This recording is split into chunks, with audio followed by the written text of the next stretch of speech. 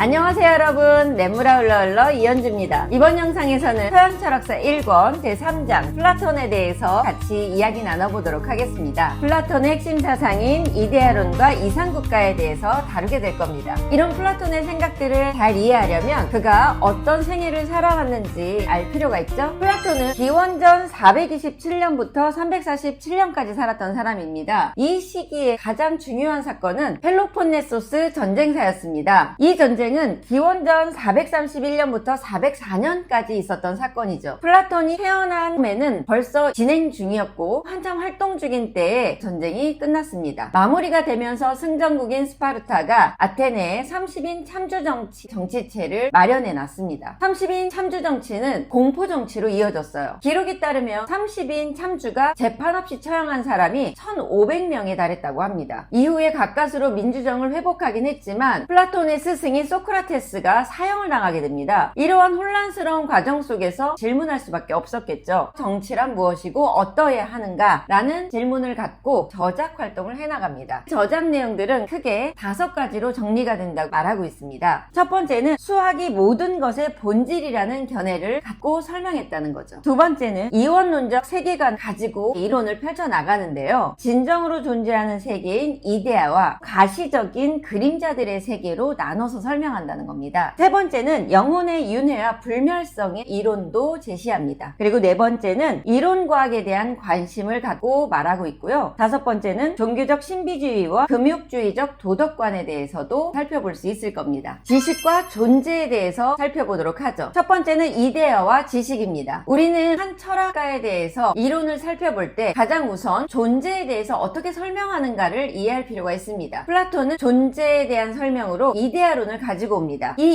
이데아로서의 개념들을 말하고 있는데요. 특히 더, 정의, 지식, 좋음과 같은 객관적 지식을 우리가 얻을 수 있다고 믿었습니다. 여기에서 우린 질문을 할 수 있습니다. 이런 개념들의 객관적 실제가 있는가? 라는 거죠. 초기에 플라톤은 여기에 대해서 잘 설명하지 못했다고 합니다. 하지만 중기로 넘어가면서부터는 이것에 대한 설명 근거로 수학을 가져오게 되죠. 이데아가 독립적으로 존재를 가진다고 주장했던 시기입니다. 원초적 근원이라고 하는 이데아가 아래로 향해서 이데아의 세계를 거쳐 감각의 세계로 내려다본다 라고 말하는 겁니다. 그렇다면 우리는 플라톤이 말하는 원초적 근원인 이데아에 무엇이 존재하는가 라고 물어볼 수 있는 거죠. 이때 플라톤이 수학으로 설명해냅니다. 수학은 우리 모두가 우리의 주의력을 집중시킬 수 있는 어떤 것, 우리가 생각의 대상으로 삼을 수 있는 어떤 것이어야 한다. 수학의 진리들은 보편타당하다. 즉 모든 사람에 대해 타당하다. 그래서 그것들은 한 명의 주체와 결합되어 있지 않다. 이것이 중간 시기의 플라톤의 설명입니다. 이후에 개념과 보편자에 대한 설명으로 확대되게 됩니다. 이데아는 전체입니다. 그렇지만 우리의 감각세계는 부분만을 보게 되죠. 그렇다면 우리는 어떻게 이 전체를 알 수 있는가? 이 두 세계를 각 개체가 오가면서 총체성을 확보하는 인식의 과정을 거친다고 말하는 거죠. 이것은 지속적으로 초월하는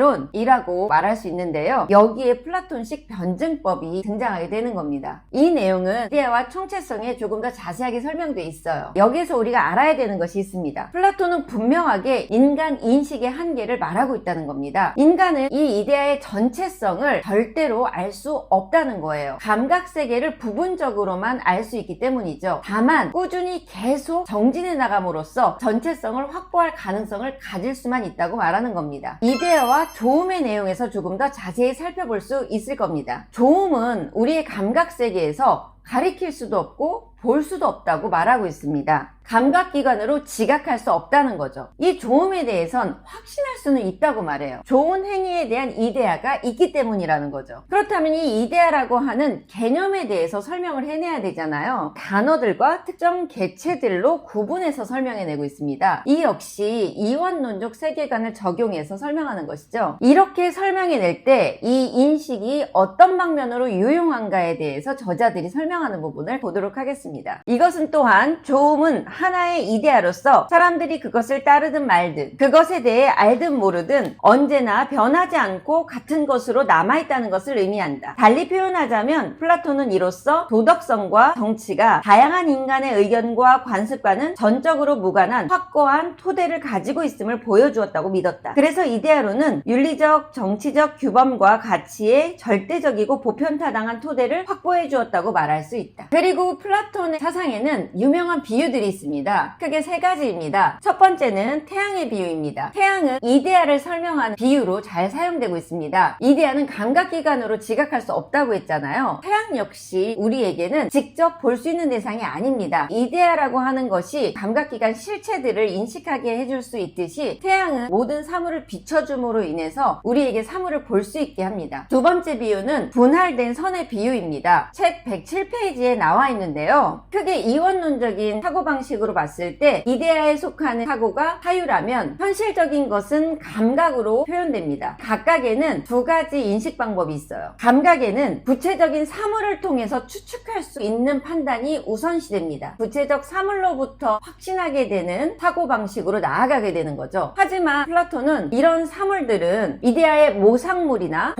복사물들이라고 말하고 있어요. 정확한 사물에 대한 인식이 될 수 없다는 거죠. 여기서 더 나아가서 우리는 사유로 나가야 된다고 말합니다. 사유에는 주의 깊은 추론과 통찰에 이른 과정을 볼 수 있습니다. 이 과정은 인간 인식의 단계를 플라톤이 보여준다고 볼 수 있습니다. 마지막이 동굴 속의 수인들의 비유입니다. 가장 유명한 비유이죠. 우리 존재는 동굴에 갇혀서 사슬에 묶여 동굴 벽만 보는 존재로 비유되고 있습니다. 반사되는 그림자만 우리는 볼 수 있다는 거거든요. 이 그림자는 내가 어디에 위치해 있는지에 따라 다 다르게 보입니다. 그러면 우리가 인식하는 것, 사물은 각자가 처한 입장에 따라서 달라 보이는데 이것을 그림자 형태가 달라 보이는 것으로 비유하고 있다고 보면 되겠습니다. 여기에서 사슬을 끊고 뒤를 돌아서 태양을 직접 볼 때 사물의 본 모습을 볼 수 있다고 말하는데요. 이것은 인간의 인식 과정을 설명한 것이라고 이해하시면 되겠습니다. 플라톤의 이데아론이 존재론이자 인식론의 설명 방식이라는 것을 알게 합니다. 이데아론과 인간의 역할의 내용 같이 살펴볼 수 있을 것 같아요. 플라톤은 이런 질문을 합니다. 개별 영혼이 어떻게 이데아와 접촉할 수 있을까? 이데아라는 게 있다면 우리 개별 영혼들이 각각의 이데아에 접촉하는 과정들은 다 다를 수 있어요. 그리고 능력도 다릅니다. 여기에 정확한 이원론적 세계관이 등장하게 되는데요. 영혼과 육체를 분리하게 돼요. 영혼은 이데아에 속하는 것이고요. 육체는 감각, 지각, 세계에 속하는 것입니다. 영혼은 이데아에 살던 전생의 시기에는 모든 걸 다 알았습니다. 육체로 내려오면서부터 그것들을 망각하게 되는 거죠. 그렇다면 이 개별 세계가 이데아와 접촉하는 것은 영혼이 망각한 것을 살아있는 동안 계속 재인식하는 과정이라는 겁니다. 이 과정은 학습을 통해서 이루어진다라고 플라톤은 설명하죠. 인식론과 존재론을 바탕으로 해서 플라톤은 어떤 국가를 어떻게 만들 수 있는지까지 설명해냅니다. 다음 내용 플라톤의 국가와 조음에 대해서 살펴보는 근거가 될 것 같아요. 두 번째, 플라톤의 국가와 조음 내용 안에 교육과 사회적 계급 분화를 살펴보면서 실제로 존재론과 인식론을 어떤 방식으로 윤리적 실천을 해나갈 수 있는지를 살펴보도록 하겠습니다. 사람들은 이데아, 덕인 지식을 실천하기 어렵다는 걸 이미 앞에서 살펴본 바 있습니다. 이데아에 대한 통찰을 가진 사람은 소수자라는 거죠. 이런 소수자가 정치를 해야 된다는 것이 플라톤의 생각이었습니다. 여기에서 플라톤의 사회적 계급 분화를 주장한 내용을 확인할 수 있어요. 교육을 통해서 각자의 자질을 분별해서 찾아낼 수 있다고 주장합니다. 이것이 바로 전문화에 따른 사회적 계급 분화로 이해할 수 있을 거예요. 플라톤은 덕을 크게 세 가지로 구분해서 말하고 있습니다. 지혜와 용기와 절제라고 나누고 있어요. 각각의 계급을 나누는 기준이 되는 거죠. 지혜가 최고의 덕인데요. 지혜에 도달한 사람은 지배자가 됩니다. 그리고 이런 지배자는 철인이어야 되는 거죠. 철학자만 가능합니다. 여기에 플라톤의 철인 정치 주장이 등장하게 됩니다. 용기라는 덕을 지닌 사람은 그 사회의 관리자가 됩니다. 플라톤은 수호자라는 명칭을 쓰고 있습니다. 절제라는 덕을 가진 사람들은 그 사회의 생산자가 돼요. 그런데 이 생산자들 역시 각자 자기가 잘 아는 것들에 집중해서 생산하는 겁니다. 이렇게 함으로 인해서 사회가 효율적이고 서로 협력해가면서 잘 이뤄갈 수 있다고 주장하고 있어요. 그러나 설계에서 설명한 플라톤조차도 이 체제가 공동체에 안정적인가 라는 것에 대해서는 의문을 갖게 됩니다. 왜냐하면 인간의 욕망과 욕구 때문입니다. 그래서 플라톤이 처방 처방한 것이 있어요. 플라톤은 무능력 이외에 바로 이것, 당파와 이기심에 대한 알력이 당시 아테네의 타락한 민주주의에 닥쳐올 위험 요인이라고 믿었다. 플라톤의 처방은 상위 2계급, 즉 정치적 권력을 가진 사람들에게 사적 소유와 가족 생활을 금지시키는 것이었다. 이것은 처방에 불과했고요. 이후에 이것이 실현 가능한가에 대해서는 아직 확인한 바가 없습니다. 그리고 플라톤은 그 이후에 슈라쿠사이에서 이것을 실천해 보려고 했지만